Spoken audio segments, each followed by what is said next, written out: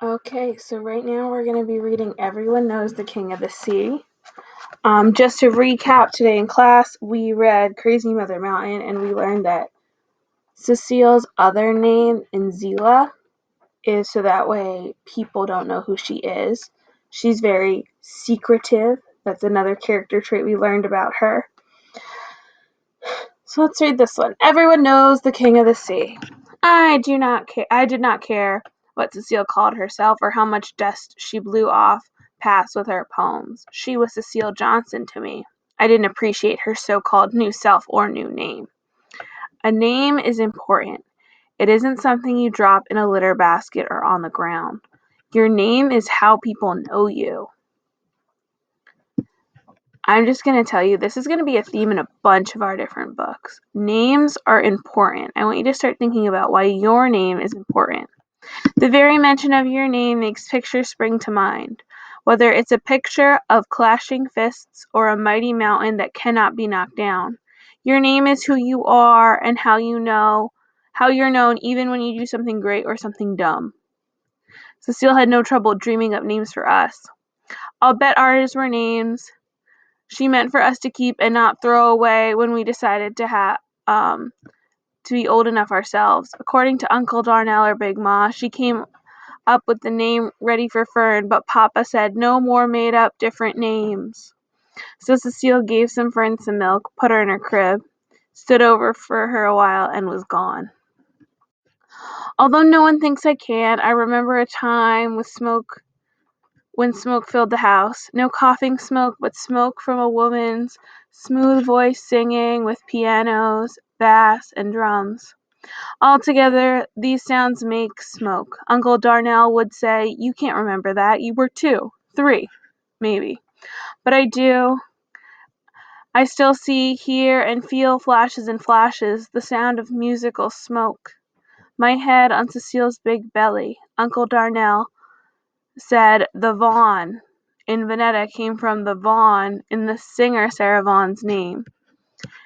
And when Uncle played the albums Cecile had left behind, the ones with piano, bass, drums, and smooth voice Sarah Vaughan, in my mind, the smoke still filled the house. Cecile would go changing her name at the sight of the rain, but I was going to stay Delphine. Even after I learned the truth about my name, even that wasn't enough to make me drop my name. My name was one things I didn't have to share with another soul in my school. In my last class, there were 3 Deborahs, 2 Lindas, 2 James, 3 Michaels, and 2 Moniques that shared their names. There was also one Anthony, whose mama couldn't spell, one auntie, whose mama could spell, and one auntie, whose mother could. There was no secret, they too shared a name. If you hollered, "Anthony, Auntie, Antony," or Aunt, both boys' heads turned. But my name was my own. I couldn't imagine that anyone else had it in all of Brooklyn. No matter where we went, Coney Island, Prospect Park, or Shiloh Baptist Church, there was only one Delphine. I had never thought about what Delphine meant or if it had any meaning at all. It was just my name. Delphine had a groan sound to it, like it was waiting for me to slide into it, like a grown woman slides into a mink coat. A mink coat is just a really, really fancy, expensive coat. So a rich person would wear it, and clip-on ruby earrings. I figured since Cecile didn't have a mink coat or ruby earrings to give me when I grew up, she dreamed up a name that I would grow into. That's one thing Cecile got right. There was no slice or drop that I had to share with my sisters. Then that stupid show had come on television. The one about the dolphin that saves everyone's lives and corrals the bad guys until the sheriff arrived. At recess or on the school bus, especially on Wednesdays, the day after the TV show came on, the boys would all sing, "They call him Flipper, Flipper, faster than lightning," or something like that. Then they'd start pushing at me to speak dolphin.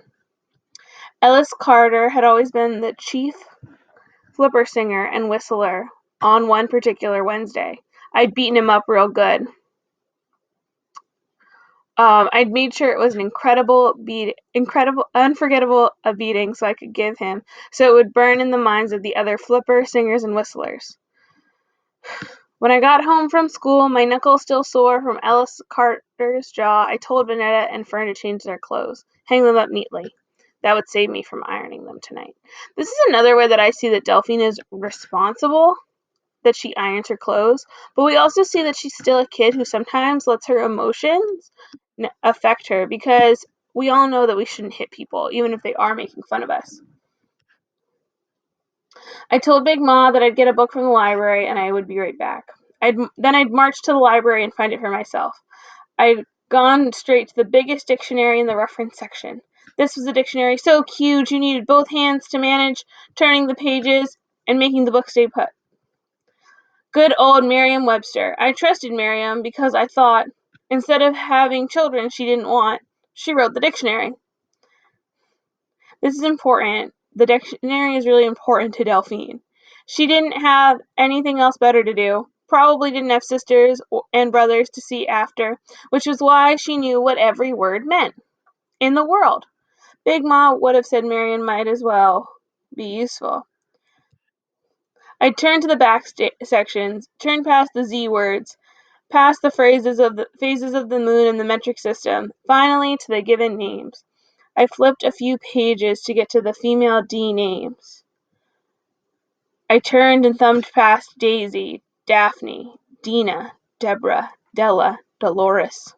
And there I was, the name I had been sure Cecile had dreamed up while she stared out the window, as musical smoke billowed through the house. There it was, in a book, broken down into 2 syllables, spelled exactly the same. There was my name, Delphine. My nostrils flared, my breath raced, my heart pounded into my chest and throughout my body. I can infer that Delphine is really upset, and I know that because that's how our bodies react when we're upset. We start breathing deeper. We just our heart gets upset. This changed everything. My mother hadn't reached into her poetic soul and dreamed up a name. My mother had given me a name that already was, which meant she hadn't given me a thing, not one thing. Delphine is angry. How could this be? When a woman's deep, smoky voice planted Vanetta's name in Cecile's mind. How could this be when Cecile dreamed up a name for Fern so marvelous that the idea of not being able to give it caused her to up and leave us? I didn't need to ask any further. Proof was right there. I shared my name with some other Delphine. And she, just like I, according to Miss Merriam-Webster, had been named for a dolphin under the sea. All this time I'd been holding my head up, feeling superior to Alice, Willie, Robert, James, the Michaels, Anthony, and Antony, because they were stupid boys. My knuckle still smarted, that just means in pain, from socking Alice Carter in the jaw, while he had been telling me the truth. I had been named for a dolphin, a big, fishy mammal with a wide grin. Wow, how do you think Delphine feels, realizing that her name isn't as special as she thought it was? I want us to think about that. That's going to be a question tomorrow. Learning the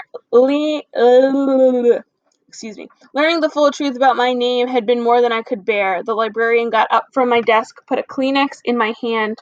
I hadn't even known I'd been making a grand Negro spectacle of myself, bawling over a word in the dictionary. The following week, when Flipper came on, I'd gotten up and turned the television set off. Vanetta and Fern bleated like billy goats.